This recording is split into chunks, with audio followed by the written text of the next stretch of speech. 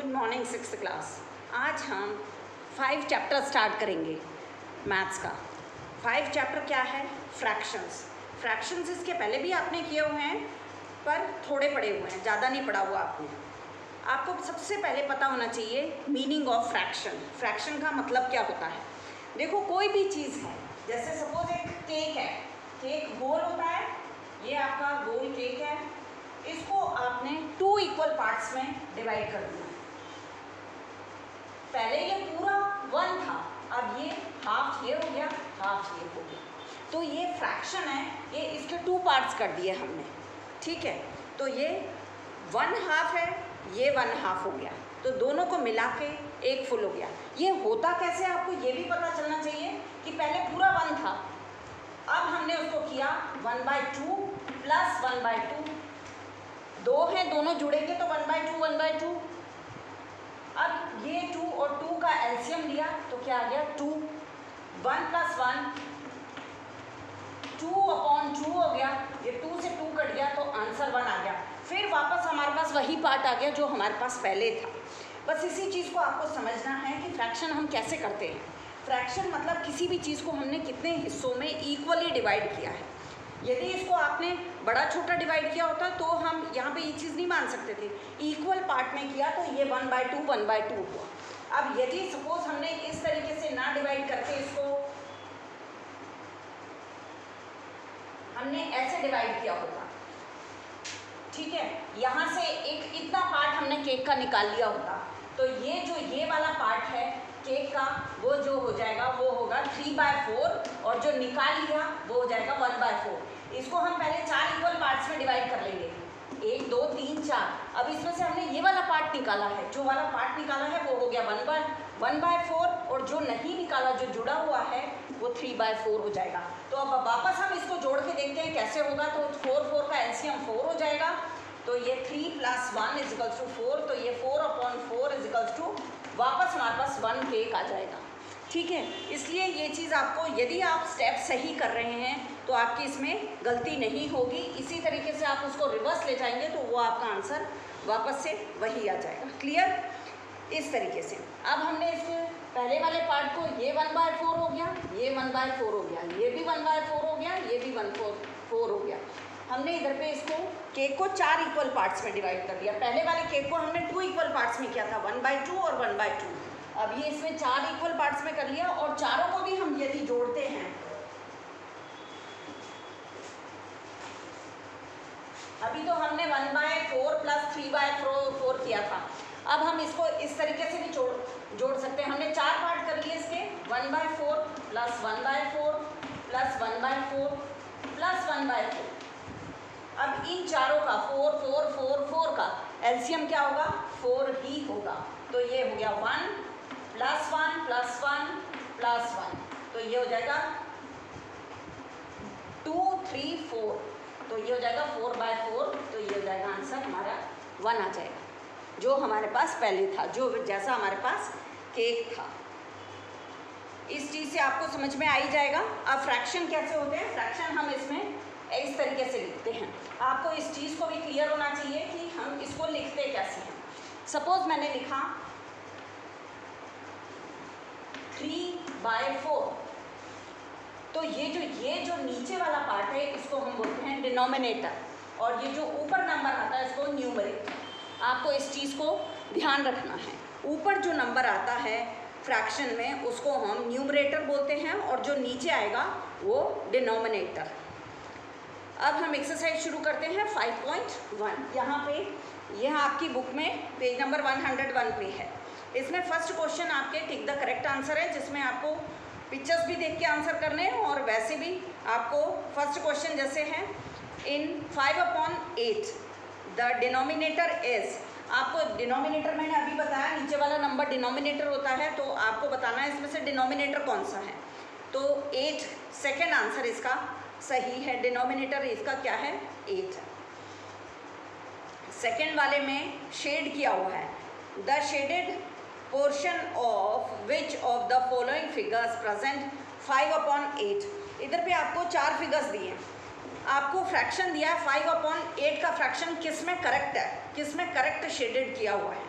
आप सबसे पहले देखो वो कौन सी पिक्चर है जिसमें फाइव पार्ट को शेड किया है। 1 2 3 4, फर्स्ट वाले में तो 3 ही किए हुए हैं, सेकेंड वाले में 5 किए हुए हैं, लेकिन जो छोड़े हुए हैं वो 4 किए हुए हैं, तो वो भी गलत है। नेक्स्ट वाला जो है थर्ड वाला, उसमें 2 ही को शेड किया है, वो भी गलत है। लास्ट वाले को देखते हैं, लास्ट वाले में 5 शेडेड हैं और टोटल नंबर ऑफ पार्ट्स कितने थे? 8। तो वो क्या हो जाएंगे? ये लास्ट वाला राइट आंसर है इसका, 5/8 करेक्ट है। लास्ट वाला फिगर जो है उसको करेक्ट शेड है जो उन्होंने फ्रैक्शन दिया हुआ है। Question number 3, if the numerator and denominator of a fraction are equal. यदि आपके पास न्यूमरेटर और डिनोमिनेटर दोनों सेम है, न्यूमरेटर भी 4 है और डिनोमिनेटर भी 4 है, तो 4 से 4 कट जाएगा, तो आंसर कितना आ जाएगा आपका? 1। If the numerator and denominator of a fraction are equal, then the fraction is less than 1, is equal to 1, is greater than 1, none of this। Second option इसका सही है, is equal to 1। अब last वाला, what fraction of 1 meter is 30 centimetre. अब हमको पता है 1 metre में कितने 100 सेंटीमीटर होते हैं, तो 30 ये आपका हो गया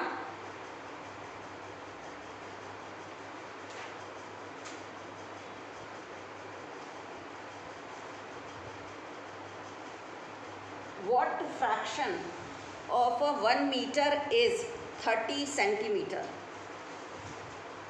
इसमें आपका थर्ड वाला ऑप्शन राइट होगा। एक बार मैं इसको चेक कर लेती हूँ 5.1 का।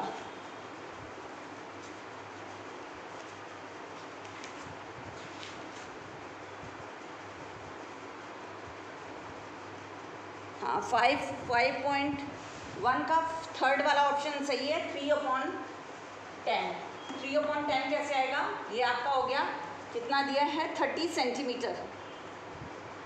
30 सेंटीमीटर और 1 मीटर को हमने 1 मीटर लिख दिया, इधर सेंटीमीटर लिखा। अब हमने 30 सेंटीमीटर को 30 रहने दिया, हाँ, क्योंकि हम सेंटीमीटर को मीटर में कन्वर्ट नहीं कर सकते, तो हम मीटर को सेंटीमीटर में करेंगे। तो इसको 1 metre is equals to 100 centimetre. तो 10 से 10 चला गया, तो आंसर आ गया 3/10। इस तरीके से इसको कर लेंगे। ये इसका थर्ड ऑप्शन जो है वो राइट आंसर है, करेक्ट। अब नेक्स्ट क्वेश्चन आप लोग अपने आप से ही करेंगे। एक मैं आपको बता देती हूँ, फर्स्ट वाला इसका part. In each of the following figure write down the fractions of the shaded and the unshielded part.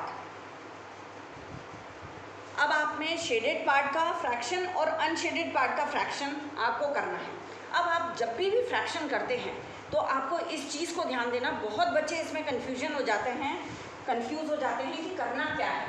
ये देखो, मैं इसको रेक्टेंगल में बताती हूँ। ये रेक्टेंगल है, इसके मैंने 3 पार्ट कर लिए, 3 इक्वल पार्ट्स कर लिए। अब इसको मैंने शेड कर दिया, तो इसको मैं लिखूँगी 1/3। शेडेड पार्ट हो गया, अनशेडेड पार्ट हो गया 2/3। अब मैंने 3 क्यों लिखा? डिनोमिनेटर में 3 क्यों लिखा, 2 क्यों नहीं लिखा? क्योंकि इसके टोटल नंबर ऑफ पार्ट्स हमने कितने किए हैं वो लिखेंगे हम डिनोमिनेटर में। और शेडेड में 1 हो गया, शेडेड पार्ट निकाल रहे हैं तो 1/3 हो गया। अनशेडेड निकाल रहे हैं तो 2 अनशेडेड हैं, तो ये 2/3 हो गया। इस तरीके से हम करेंगे। ये चीज़ आपको क्लियर होनी चाहिए। बहुत बच्चे इस चीज़ में गलती करते हैं कि नीचे 1, जैसे ये वाली पिक्चर में 1/, किया तो 2 कर देंगे, 1/2। 1/2 नहीं होगा, 1/3 होगा, क्योंकि ये पूछ रहा है शेडेड पार्ट कितना है। तो पूरे फिगर को लेंगे ना हम, वो रेस्ट 2 पार्ट्स रह गए उसको नहीं लेंगे हम पूरे फिगर को काउंट करेंगे। तो 1/3 हो जाएगा, अनशेडेड पार्ट हो जाएगा 2/3। इसी तरीके से आप लोग सारे अपने आप से करेंगे ये वाले, अच्छा लगेगा, आपकी प्रैक्टिस भी हो जाएगी। सेकंड वाला एक ओरली और बताती हूँ आपको। देखो, इस फिगर में सर्कल बनाया है, सर्कल के कितने पार्ट्स किए? 5 इक्वल पार्ट्स किए हैं। अब इसमें 3 तो इन्होंने शेड कर दिए, 2 अनशेडेड है। तो अब आपको इसका शेडेड पार्ट बताना है। शेडेड पार्ट हो जाएगा 3/5। और अनशेडेड पार्ट हो जाएगा 2/5।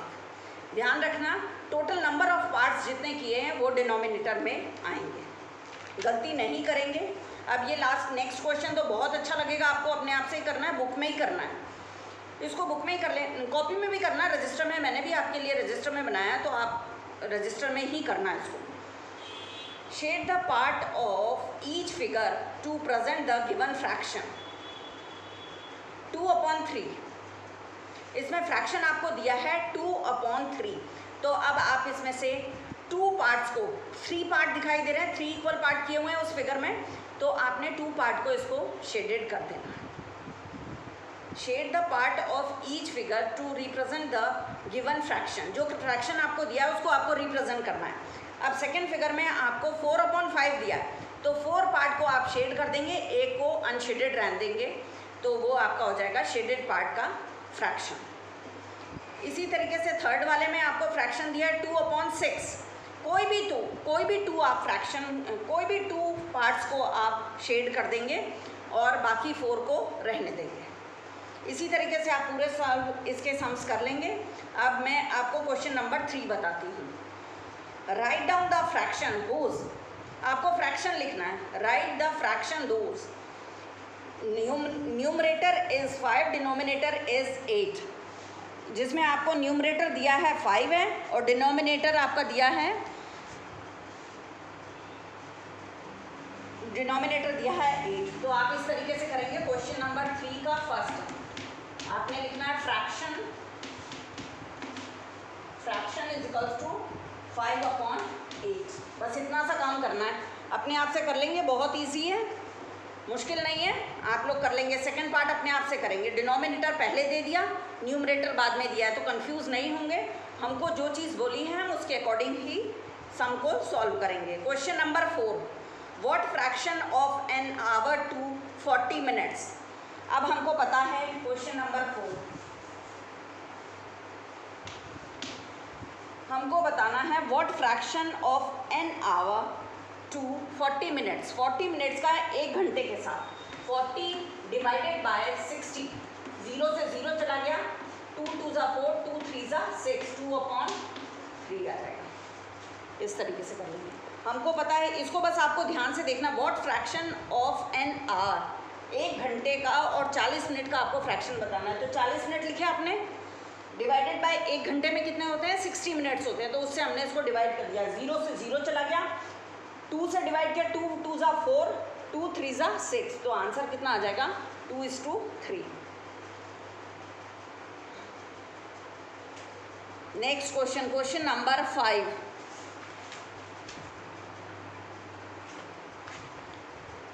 Right the natural numbers from 5 to 15। अब हमको 5 से 15 तक के नेचुरल नंबर्स लिखने हैं।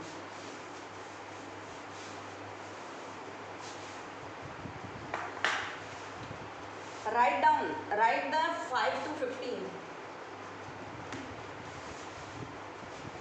5 6, क्वेश्चन नंबर 5 है, 7 8 9 10 11 12 13 14 15। हमने 5 से 15 तक के नेचुरल नंबर्स लिख लिए। What fraction of them the prime number, आपको बताना है प्राइम नंबर्स का फ्रैक्शन क्या है इसमें। अब हम सबसे पहले देखेंगे इनमें से प्राइम नंबर्स कौन से हैं। अब आप लोग पूछोगे प्राइम नंबर्स क्या होते हैं, सेकेंड चैप्टर में हमने पढ़े थे प्राइम नंबर्स कौन से नंबर्स होते हैं। वो नंबर्स होते हैं जो सिर्फ अपने टेबल में आते हैं और 1 की टेबल में आते हैं, जिसके 2 ही फैक्टर्स होते हैं। तो हमको पहले ये चीज़ देखनी पड़ेगी। प्राइम नंबर्स हमारे हो गए, सबसे पहले 5 हो गया, फिर उसके बाद 7 भी है, 9 नहीं है, 9 3 की टेबल में आ जाता है, 8 जो है 2 की टेबल में भी आ जाता है, 4 की टेबल में भी आ जाता है, 10 भी नहीं आएगा, 11 आ जाएगा, 12 6 की टेबल में भी आता है, 2 की टेबल में भी आता है, इस करके 12 भी नहीं होगा, 13 हो जाएगा, 13 सिर्फ अपनी टेबल में आता है, 14 2 की टेबल में भी आ जाता है, 15 भी 3 की टेबल में आ जाता है। तो हमारे पास कितने नंबर हुए, 4 नंबर्स हो गए। तो ये हो गए 4 नंबर्स हो गए। अब टोटल नंबर्स कितने हैं, 1 2 3 4 5 6 7 8 9 10 11, तो 4:11 का फ्रैक्शन हो जाएगा। इधर हम फ्रैक्शन लिख देंगे। क्लियर है, ये चीज़ समझ में आ गई। हमने प्राइम नंबर्स देख लिए, इतने 5 से 15 के बीच के प्राइम नंबर्स प्राइम नंबर्स लिख लिए। अब सारे नंबर्स लिख लिए, उसमें से प्राइम नंबर्स देखिए 4 प्राइम नंबर्स हैं, डिवाइडेड बाय टोटल नंबर्स कितने हैं उससे हमने डिनोमिनेटर में लिख दिया। क्लियर। अब question number 6,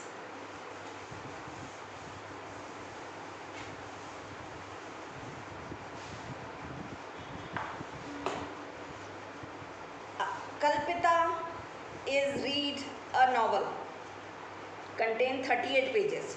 She has so far read 25 pages. कल्पना के पास एक नॉवल है 38 पेजेस का, 38 पेजेस का, जिसमें से उसने 25 पेजेस रीड कर लिए। What fraction of the novel has she read and what fraction of novel she unread. अब पहले तो हम देख लेंगे उसने कितने पेजेस नहीं पढ़े।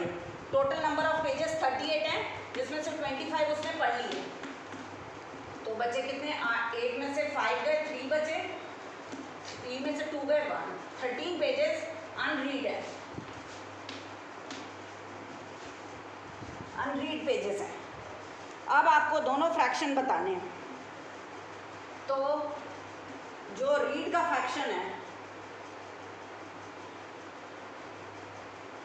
The fraction of novel unread, आपको बताना है what fraction of novel she read, and read का भी बताना है, अनरीड का भी बताना है। तो मैंने इधर पे रीड लिख दिया।